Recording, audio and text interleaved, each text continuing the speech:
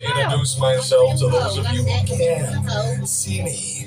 I am the proud owner of this train. Yeah, it's like I'm the king of this train. The king of the Polar Express. In fact, I am the king of the North Pole. Let me ask all of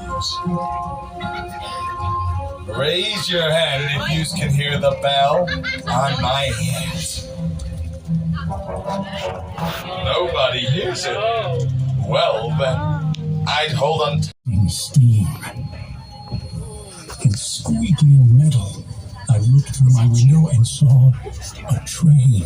That's my little brother. Perfectly still in front of my house. Time for your hissing steam, please. There it goes. He was wrapped in an apron of steam. Snowflakes fell lightly around it. A conductor stood at the open door of one of the cars. He took a large pocket watch from his vest, then looked up at my window. I put on my slippers and robe. I tiptoed downstairs and out the door. Not me. All aboard! The conductor All cried out. aboard. I ran up to him. Well, today. he said, are you coming? Real accent now. Oh, yes. Where? I asked. We're from all the way from America. Why to the are you? North Pole, of course, was his answer. I'm from West This is the Virginia. Polar Express. I took his outstretched hand. Wait, you and are he pulled actually me from along. America? The train was filled with other children, all in their pajamas and nightgowns. We sang Christmas carols and ate candies with nougat sandwiches. You got the audiobook on there? We drank hot cocoa as thick and rich as melted Do you want chocolate to turn the page bars. for me? Outside, the lights of Thank towns you. and villages flickered in the distance as the Polar Express raced northward. Let's have those train whistles! Good. Soon, there were no more lights to be seen. We traveled through cold, dark forests where lean wolves roamed, and white-tailed rabbits hid from our train as it thundered through the quiet wilderness. Howling wolves, please. Thank you. We climbed mountains so high it seemed as if we would scrape the moon. But the Polar Express never slowed down. Faster and faster we ran along, rolling over peaks and through valleys like a car on a roller coaster. All right, here we go. Arms in the air. The mountains turned into hills. The hills to snow-covered plains. We crossed a barren desert of ice. The Great Polar Ice Cap. Lights appeared in the distance. They looked like the lights of a strange ocean liner sailing on a frozen sea. There, said the conductor, is the North Pole. Yeah, The you. North That's Pole. always a good boy. It was a huge city standing alone at the top of the world, filled with factories where every Christmas toy was made. At first, we saw no elves. They are gathering no farther. We stopped, and the conductor led us outside. Let's have that hissing steam again.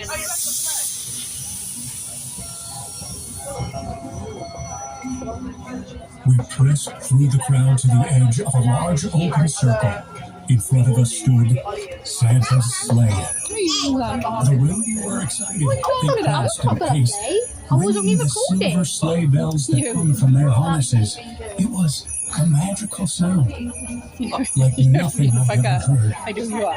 Across the circle, the elves moved apart, and Santa Claus appeared. The elves cheered wildly. He marched over to us and, pointing to me, said, "Let's have this fellow here." Two. He jumped into his sleigh. The conductor handed me out. They're mischief. I sat on Santa's knee, and he asked, "Now, Elf and Elfie. what would you like for Christmas?" You've got a few of them, so I might need you to keep an eye out I for me. knew that I could have any gift I could imagine. But the thing I wanted most for Christmas was not inside Santa's giant bag. What I wanted more than anything was one silver bell from Santa's sleigh. When I asked, Santa smiled. Then he gave me a heart and told an elf to cut a bell from a reindeer's harness. The elf tossed it up to Santa. He stood, holding the bell high above him, and called out, Bye. "The first gift of Christmas!" A clock struck midnight as the elves roared their approval. Let's give a great big cheer! Yay! Santa handed the bell to me, and I put it in my bathrobe pocket. The conductor helped me down from the sleigh. Santa shouted out the reindeers' names and cracked his whip. His team charged forward and climbed into the air. Santa circled once above us, then disappeared into the cold, dark polar sky. Let's hear your ho, ho, ho! Ho, ho, ho! As soon as we were back inside the Polar Express, the other children asked to see the bell. I reached into my pocket, but the only thing I found was a hole.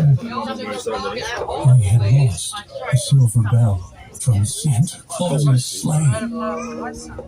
"Let's hurry outside and look for it," one of the children said. But the train gave a sudden lurch and started moving. We were on our way home. It broke my heart. Oh, now you can't see the Polar Express anymore, Tommy. Goodbye. That's you. The conductor said something from the moving train, but I couldn't hear him. "What?" I yelled out. He cupped his hands around his mouth. Pardon me. "Merry Christmas!" he shouted. The Polar Express let out a loud blast from its whistle and sped away. Let's have that train whistle one more time. On Christmas morning, my little sister Sarah and I opened our presents. When it looked as if everything had been unwrapped, Sarah found one last small box behind the tree. It had my name on it. Inside was the silver bell.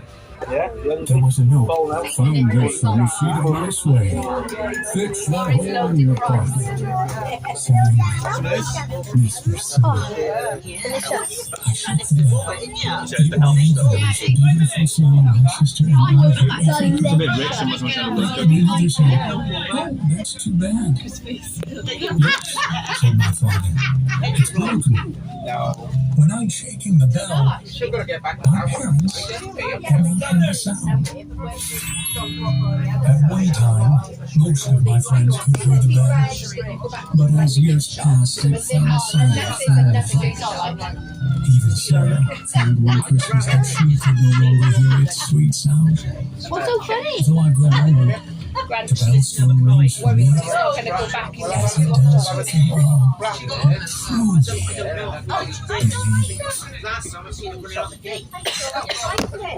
believe.